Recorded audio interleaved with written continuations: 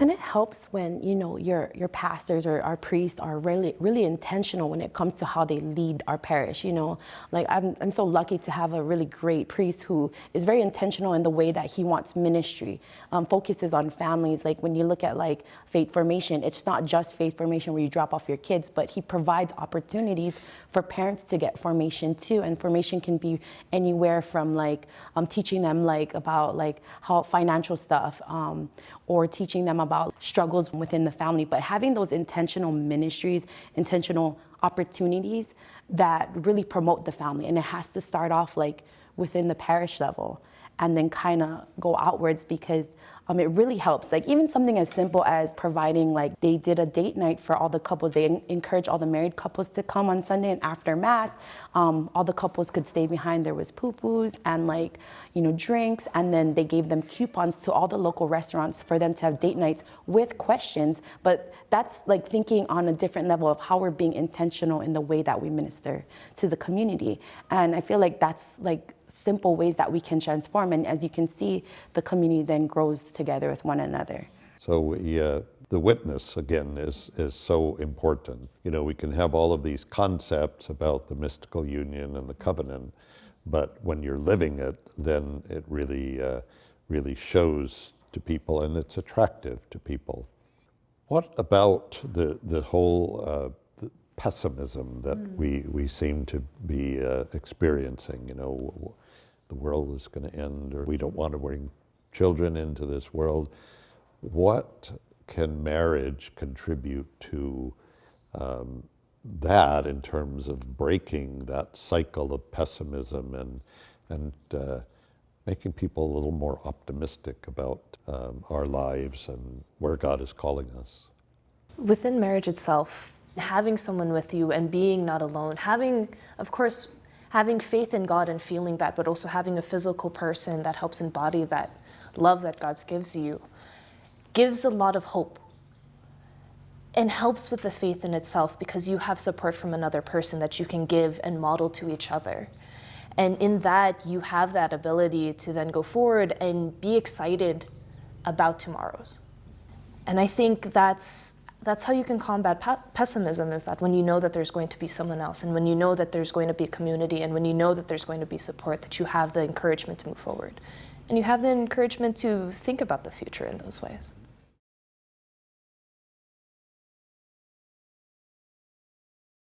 Marriage, of course, in our Catholic understanding, is a witness. And you don't just receive a sacrament, but you are a sacrament. You are witnesses of the love of Christ for his church. And he loved his church when she was beautiful and when she was sinful, when she embraced her and when she crucified him.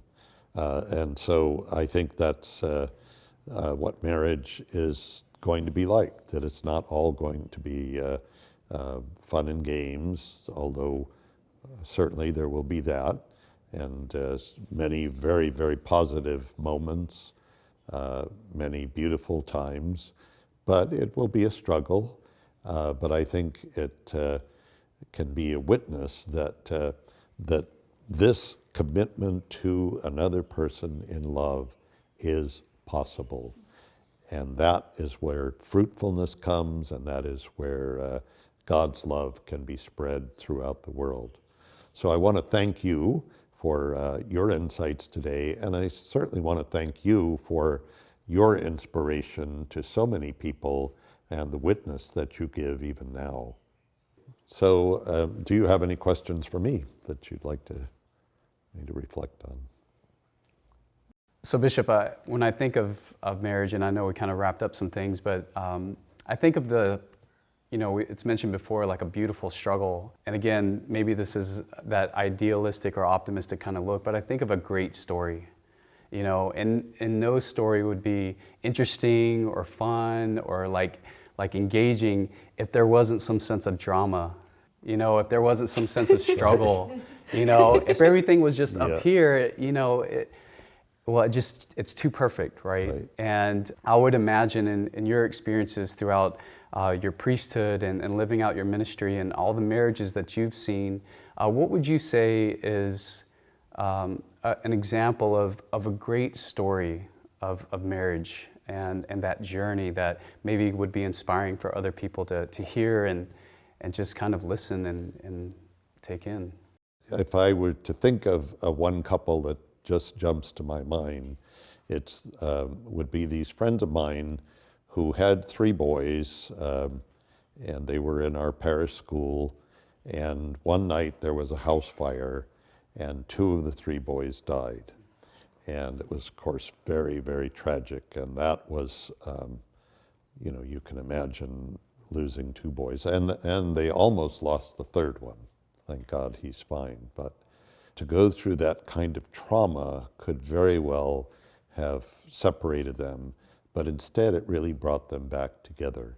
And now, as they're getting older, it's very inspiring to see how he takes care of her and how he, helps her walk around and cooks for her and takes care of her. So, it's not by any means the perfect story, and yet this couple is a great witness to me and to many others, I'm sure, of what marriage is like, because God is at the center of their lives. Bishop, I have a question. If a couple that was maybe they're engaged or maybe they're starting their marriage are unable to have children, what's their calling to Christian life? If they're unable to have children, I would say that they should pray about that. There are many children who could use a good home. Perhaps they could consider adoption.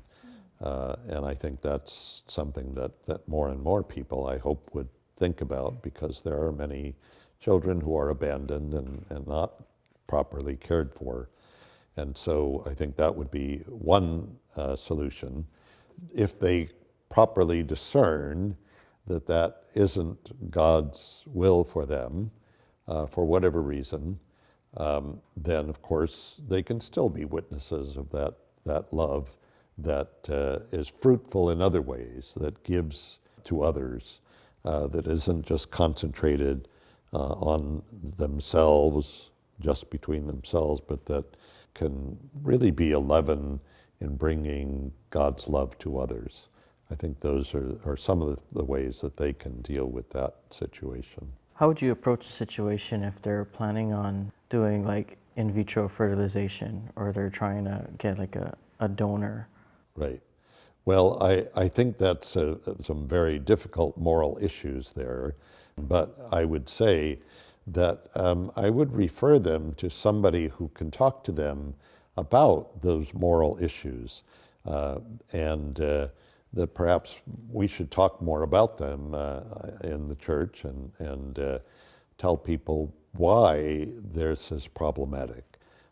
Because the in vitro fertilization, I think, gives the lie to abortion, because that is a human being, and they know that, and they're paying plenty of money to have that human being. The problem is that it's not conceived in that loving relationship of marriage and that conjugal union, and there typically are more embryos that are created that are just discarded then. So there's some real issues and problems with that.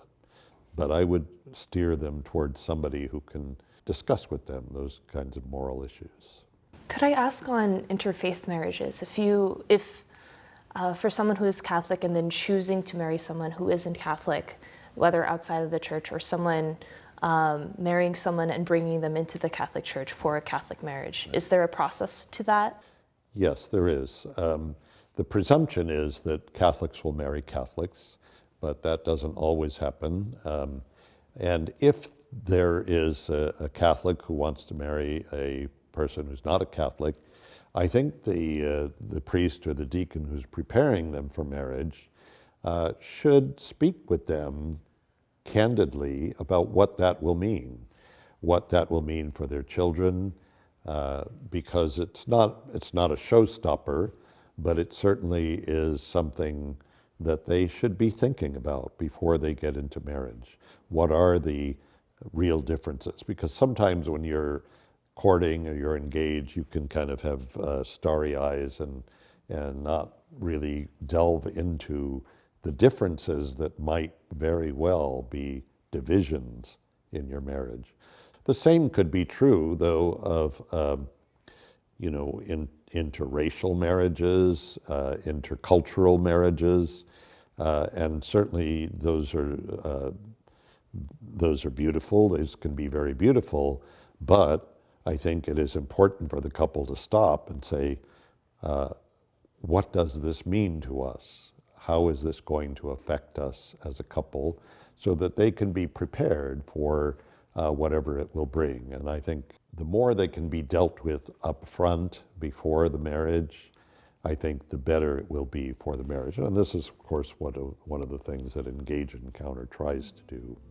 Well, I want to thank you all for being here this morning, for your insights, and most of all, for your witness, because I know that even now you are great witnesses of the faith, and certainly are an inspiration to me. So mahalo and many blessings, and may this discussion bear much fruit in the lives of many. God bless you.